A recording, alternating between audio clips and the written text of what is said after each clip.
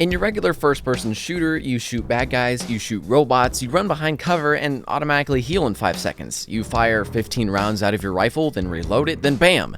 That magazine that you dropped on the ground, the one that still had 15 rounds left, yeah, those rounds have now magically floated back into your inventory. Why? Well, it's easy. It's accessible game design. I mean, yeah, I can't imagine a game with realistic reloading that anyone would ever want to play. Who would ever want to manage their inventory to every last single bullet in their magazine? Oh damn, a genre.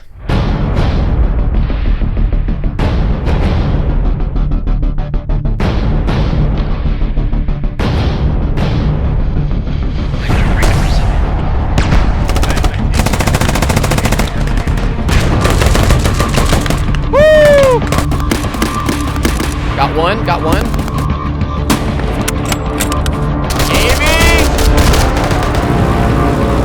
Oh shit. Get wrecked!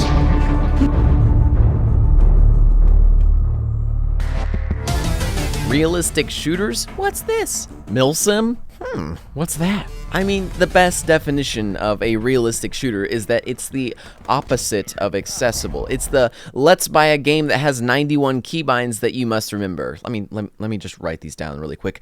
It's the let's walk for 45 minutes in a desert and then die to an IED. Wait, somebody remind me of why this is fun? I mean, sounds not too exciting, right? Well, some people actually like those sort of games. Some like that added amount of downtime before a firefight, or the added amount of difficulty it takes for a group of 50 people to communicate as a team and split into separate squads and engage in extremely challenging battles to overcome the bad guys.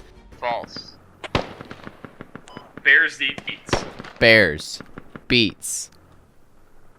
Battlestar Galactica. Ayo! You know when you get a kill streak in Call of Duty and you get an airstrike, right? Or a Blackhawk flies in with a minigun and starts shredding that OPFOR booty. Imagine if the airstrike's origin was from an actual player flying a $20 million A-10 Warthog killing machine, and after hours of training with the aircraft, learning precisely how to use its weapon system, all he's doing is patiently waiting for an airstrike order to assist his team while using thermal imagery to watch over his teammates while they maneuver around the region from 3 kilometers up in the sky. Or imagine if that helicopter minigun was a full helicopter crew piloted by 2 real players flying the helicopter and 2 crewmen on the miniguns firing down at whatever target you're calling out. That's what realistic military shooters are all about. Scale, realism, adaptation, customization, screaming 9-year-olds in the command frequency of a Spec Ops mission. Can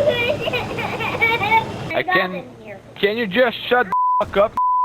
Whoa! Meeting with a platoon of Russian Spetsnaz operators and bonding over the best goddamn country song of the 70s. Come on, everybody! Take me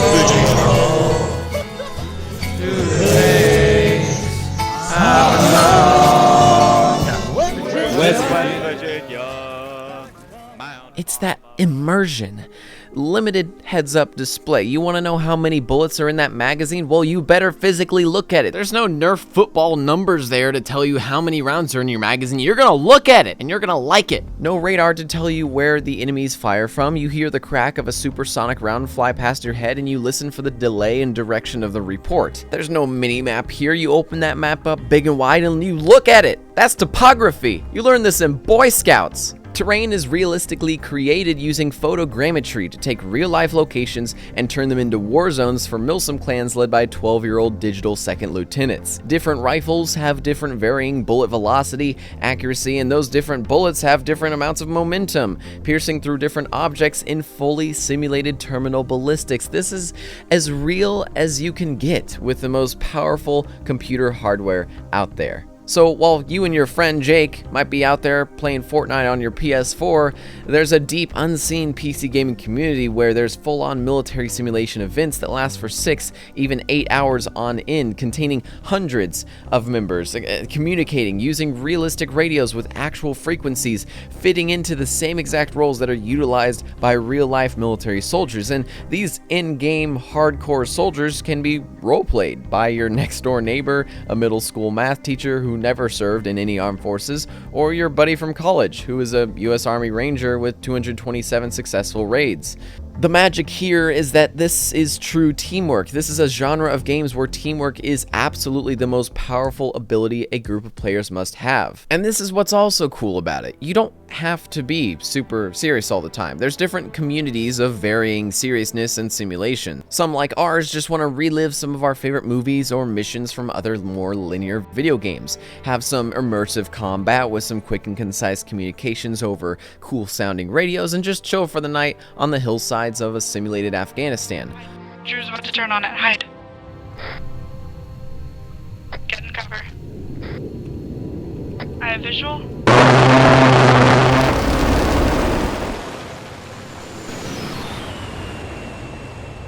You good? It's disabled. They jumped out. Yeah, We pushing can up. go around. See that over there? Little incline? I see it. I think we can climb A that. little incline. just Fucking hike. just Mount Everest. Others, though, fully simulate and recreate exact positions and structures of real-life military forces, where each player has a rank and their own predetermined role in combat. It can get quite cool to see actual ex-military dudes that were all part of a squad in real life roll up and practice the same textbook formations and tactics they learned in their training. But it's even more entertaining to see 14-year-olds dressed up like Navy SEALs rush an objective using the same amount of tactics as those breadcrumbs that get stuck in the bottom of your toaster that you haven't cleaned out for 4 months, you know what I mean? Yeah, those ones. And to quote my favorite content creators of this entire genre, Dyslexy, it's serious fun. This genre is full of the most absurd moments possible in multiplayer gaming. In a console generation where nobody uses their microphones, the communication is left to PC gamers to live on its hilarious idiocracy. When gunshots and explosions are roaring so loud that you can't hear your own voice in your headset,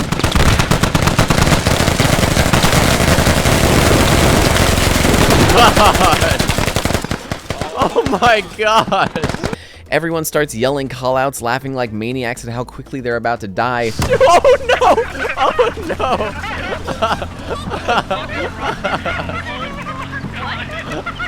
no! Or just screaming swears at the enemy while spraying an LMG down an alleyway. I helped. Oh my damn, Fuhrer. You kicked his ass. Oh no! Oh! Oh! Oh! Oh! Wait, did you call in that? Wait! Wait! You called in a bomb on us! Fire truck. Was that really you who just got all those CKs?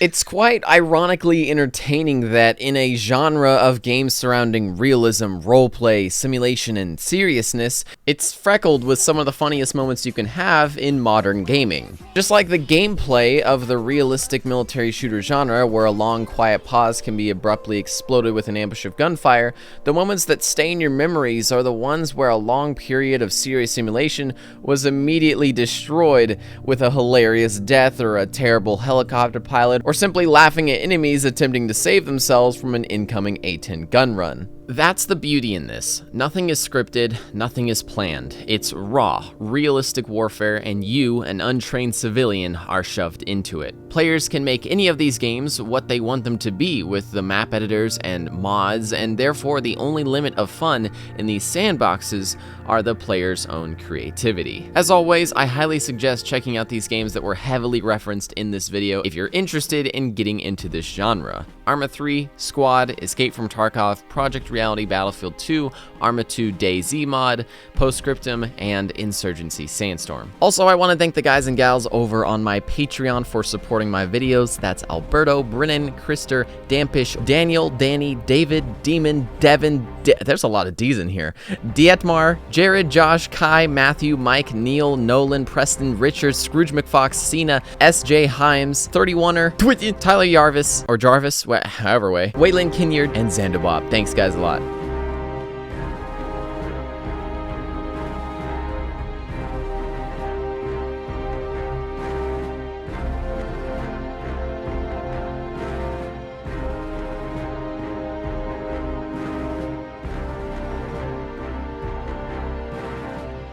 "10 minutes exactly. Eat that, YouTube."